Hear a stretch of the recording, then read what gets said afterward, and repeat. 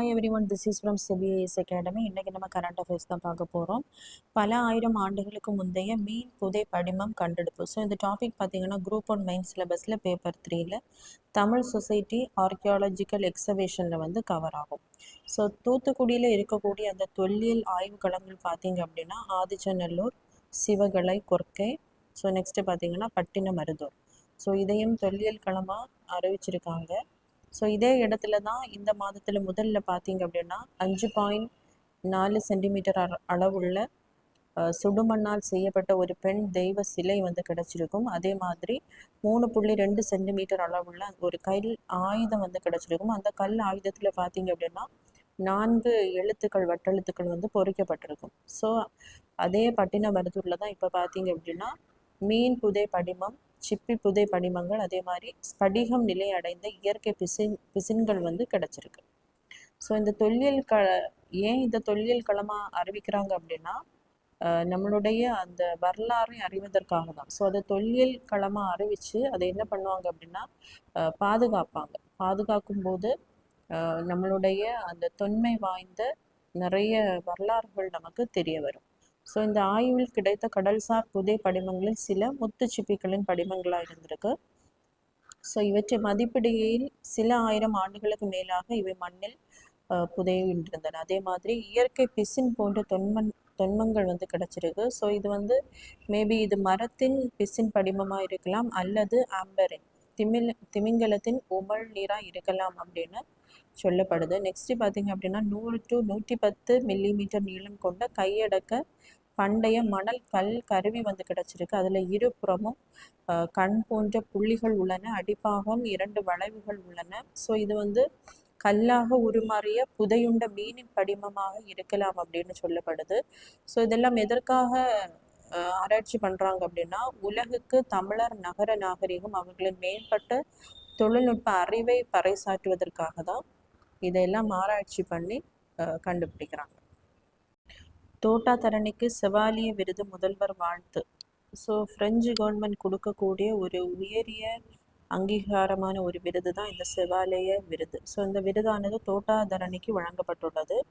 So இவர் வரைந்த அந்த ஈவேராவின் அந்த படம் தான் ஆக்ஸ்போர்டில் வந்து வைக்கப்பட்டிருக்கு. ஸோ இதுக்கு முன்னாடி இந்த அவார்டு வந்து வாங்கினவங்க யாருன்னு பார்த்தீங்க அப்படின்னா சிவாஜி கணேசன் அவர்களுக்கு வழங்கப்பட்டிருக்கும். ஷாருக் கான், ஐஸ்வர்யா ராய், அதே மாதிரி கமலஹாசன் அவர்களுக்கும் இந்த விருதானது வழங்கப்பட்டிருக்கும்.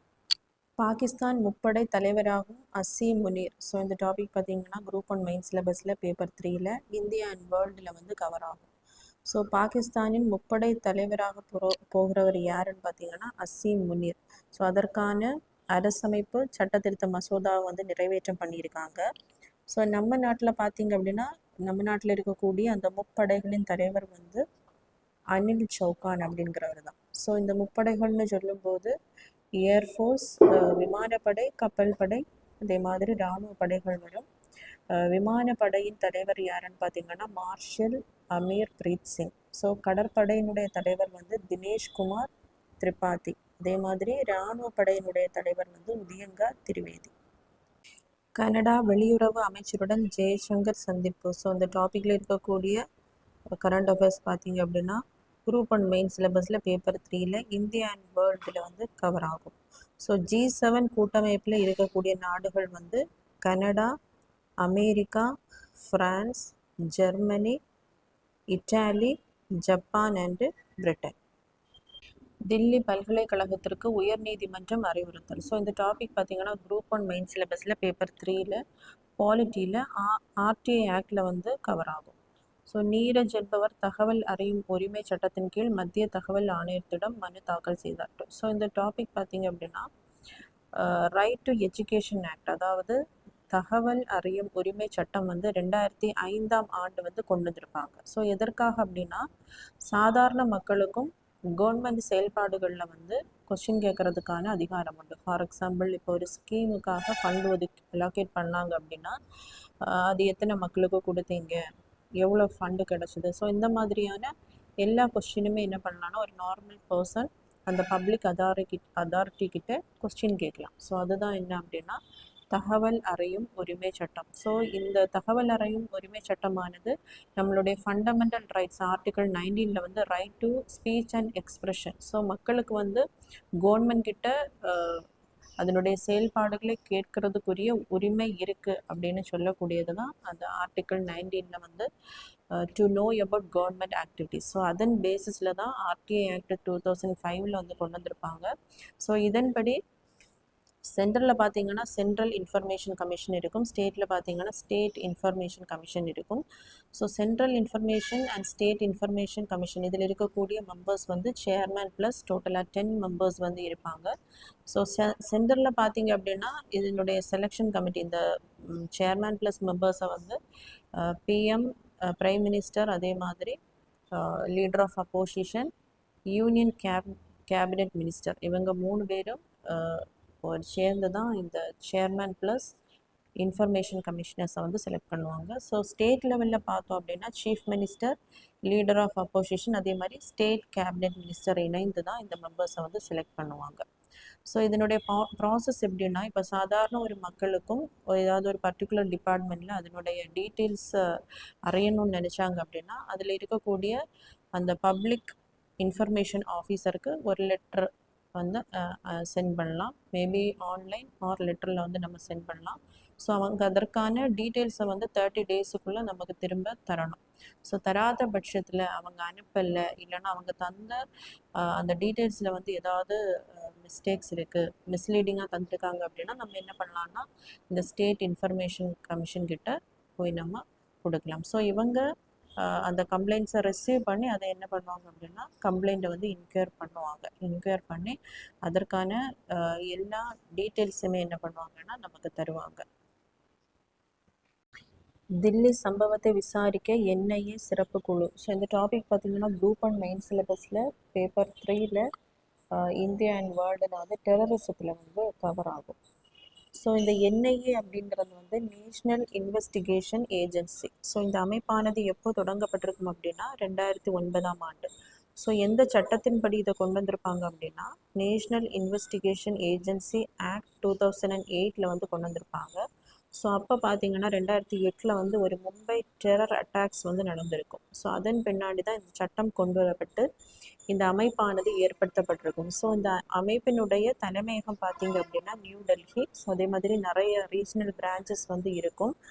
ஸோ இவங்க வந்து மினிஸ்ட்ரி ஆஃப் ஹோம் அஃபேர்ஸ் கீழே தான் இருப்பாங்க. ஸோ இவங்களுடைய முக்கியமான வேலை வந்து அந்த பாம் பிளாஸ்ட்டு, அதே மாதிரி ஏர்க்ராஃப்ட் கடத்தல், ஷிப்ஸு, வெப்பன்ஸ் யூஸ் பண்ணி பிளாஸ்ட் பண்ணுறது, இந்த மாதிரி எல்லா விஷயங்கள்லையுமே இவங்க என்ன பண்ணுவாங்க அப்படின்னா இன்வெஸ்டிகேஷனை பண்ணி அதற்கான ப்ராசிக்யூஷனை என்ன பண்ணுவாங்கன்னா இந்த அமைப்பானது பண்ணுவாங்க. போட்ஸ்வானா அதிபருடன் குடியரசுத் தலைவர் சந்திப்பு. ஸோ இந்த டாபிக் பார்த்திங்க அப்படின்னா குரூப் அண்ட் மெயின் சிலபஸில் பேப்பர் 3ல் இந்தியாஸ் ரிலேஷன்ஷிப் வித் வேர்ல்டு கண்ட்ரீஸில் வந்து கவர் ஆகும். ஸோ நம்முடைய குடியரசுத் தலைவர் அவர்கள் ஆப்பிரிக்கா நாடான அங்கோலா பயணத்தை தொடர்ந்து அவர் வந்து போட்ஸ்வானா நாட்டிற்கு வந்து சென்றுள்ளார்கள். ஸோ அந்த போட்ஸ்வானா நாட்டிற்கு முதலாக இந்தியாவிலிருந்து சென்ற குடியரசுத் தலைவர் யாருன்னு பார்த்தீங்க அப்படின்னா திரௌபதி முர்மு அவர்கள் தான். ஸோ போட்ஸ்வானா மக்களுக்கு தரமாகவும் மலிவு விலையிலும் இந்திய மருந்துகள் எளிதில் கிடைக்க உதவும் வகையில் மருந்துகள், அவற்றின் விளைவுகள், அவற்றை பயன்படுத்தும் வழிமுறைகள் சார்ந்த ஒப்பந்தம் வந்து 2 நாடுகளிடையும் ஒப்பந்தம் வந்து கையொப்பமாயிருக்கு. ஸோ இது மட்டும் இல்லாமல் போட்ஸ்வானா அரசின் கோரிக்கையை ஏற்று HIV பாதிப்புக்கு அளிக்கப்படும் ARV மருந்துகளை அந்நாட்டிற்கு அனுப்ப வந்து இந்தியா முடிவு பண்ணியிருக்காங்க. ஸோ இனிமேல் போட்ஸ்வானா நாட்டிலிருந்து குடியரசுத் தலைவர் அவர்கள் திரும்ப வரும்போது 8 சிவிங்கி புலிகளையும் அனுப்பி வைக்கப்படும் அப்படின்னு போட்ஸ்வானா தரப்பில் வந்து கூறப்பட்டிருக்கு. தேசிய தண்ணீர் விருதுகள் தென் மண்டலத்தில் திருநெல்வேலி முதலிடம். ஸோ இந்த டாபிக் பார்த்தீங்கன்னா குரூப் 1 ப்ரிலிம் சிலபஸில் யூனிட் 2ல் ஜியோகிரஃபியில் வாட்டர் சோர்ஸஸில் வந்து கரண்ட் அஃபேர்ஸில் கவர் ஆகும்.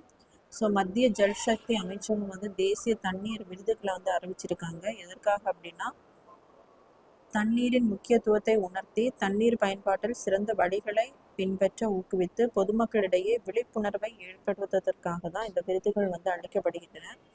இதில் சிறந்த மாநிலங்களாக தேர்வு செய்யப்பட்ட மாநிலங்கள் பார்த்தீங்க அப்படின்னா மகாராஷ்டிரம், குஜராத் அண்டு ஹரியானா. ஸோ சிறந்த மாவட்டங்கள் பட்டியலில் வந்து தென் மண்டலத்தில் இருக்கக்கூடிய திருநெல்வேலி வந்து முதலிடம் பிடித்திருக்கு. ஸோ நாட்டில் இருக்கக்கூடிய அந்த நீர் பாதுகாப்பு திட்டங்களை வடிவமைத்ததில் தெலுங்கானா வந்து முதலிடத்தை பிடித்துள்ளது.